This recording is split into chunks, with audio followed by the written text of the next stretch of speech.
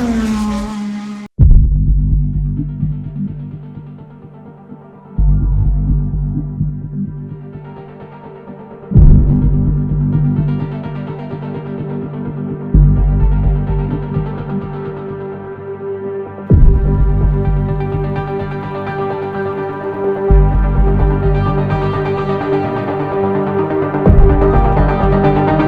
Kawasaki launched the Vulcan 650 in India, one story became possible.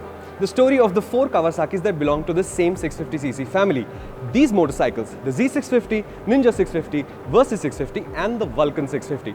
Today let's talk about how they became sisters and brothers of each other, how Kawasaki created 4 different motorcycles from what is effectively the same platform. The family began in 2006 when the Kawasaki Ninja 650R came out, and since then there have been updates as well as new family members. Today, all 4 siblings share a near identical liquid-cooled 649cc engine, and I was shocked to see it, but the exact same 6-speed gearbox and the same sprockets. And yet, when you ride them, the Ninja 650 and the Z650 are virtually the same motorcycle apart from the 6 kilos on the Ninja for the fairing. But when you ride this, it's such a dramatic difference because the lack of a fairing, the different handlebar, makes this feel lighter, more compact and more easy to control.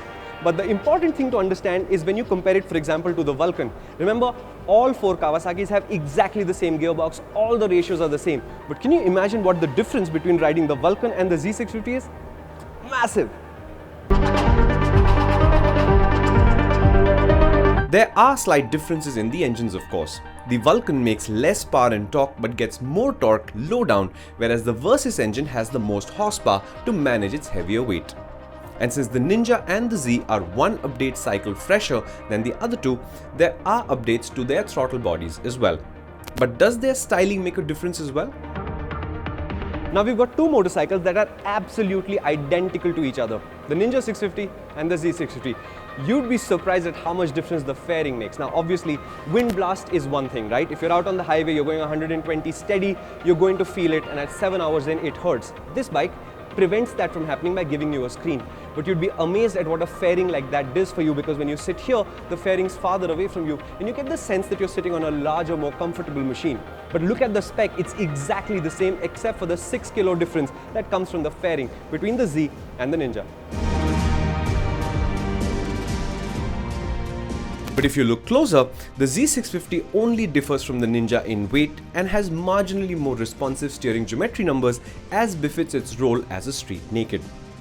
But they're so close in their real-world performance intent that Kawasaki can run virtually the same suspension on both of these motorcycles. But when you bring the Vulcan and the Versys, a cruiser and an adventure tourer into the picture, the differences in the suspension are more pronounced. After all, that's where a substantial part of the ability to do a bike's role comes from, right? I'm going to use Surprise, the Vulcan, as an example to discuss the suspension on the 4 motorcycles. Which one do you think has the most suspension travel?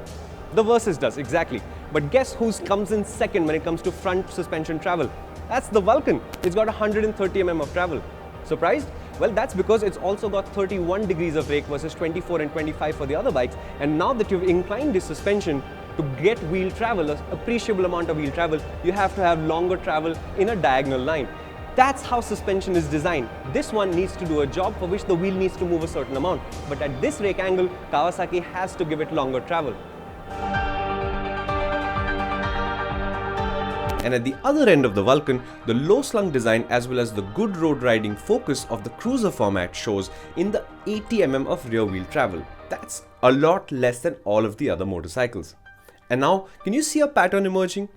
Each component of each motorcycle, from styling elements to more serious parts like suspension, are added, removed or tuned to produce a specific benefit required for that motorcycle's role. It's a delicate exercise in packaging as well as cost management. The Versys is a good example of how packaging is done. If you look at the frame, there is one additional structural member that's arrived, but look at the package. They needed more ground clearance. It got 170 mm versus 130 for all of the rest. It's got a taller seat height, the tallest here. It's got a tall handlebar, biggest fuel tank. But the most important thing is because the Versys has to do the hardest job of all of these 3 in terms of terrain, it's got the best suspension by far. It makes the Versys more expensive, but it makes it the best ride of all of these. And in fact, the Versys is better at ride than most of the motorcycles you can name in the Indian market. Now, since the four motorcycles' actual performance is clustered pretty close together, I mean your horsepower range is 61 to 69 PS and your torque range is 63 to 66 Nm, the front brake specification, for example, can be extremely similar.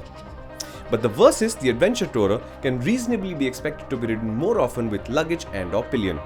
On the other hand, the Vulcan actually carries more weight on the rear wheel, and therefore, the front wheel on the Vulcan only has a single 300 mm front disc. But both the Vulcan and the Versys get a larger rear disc brake than the Ninja or the Z.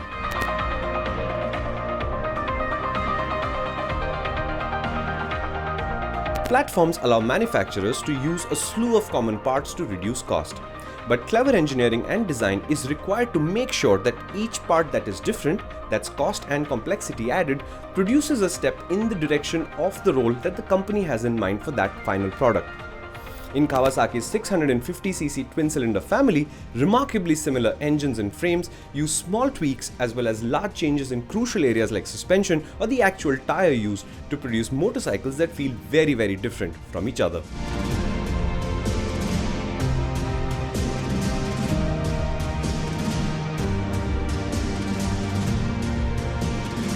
I still find it amazing that Kawasaki and other manufacturers like Kawasaki can create such diverse experiences from what is effectively the same bowl of ingredients. The difference between riding a Versys, a Vulcan and a Z are so different from each other, it boggles the mind, and so little changes with so much thought goes into it. Amazing, isn't it?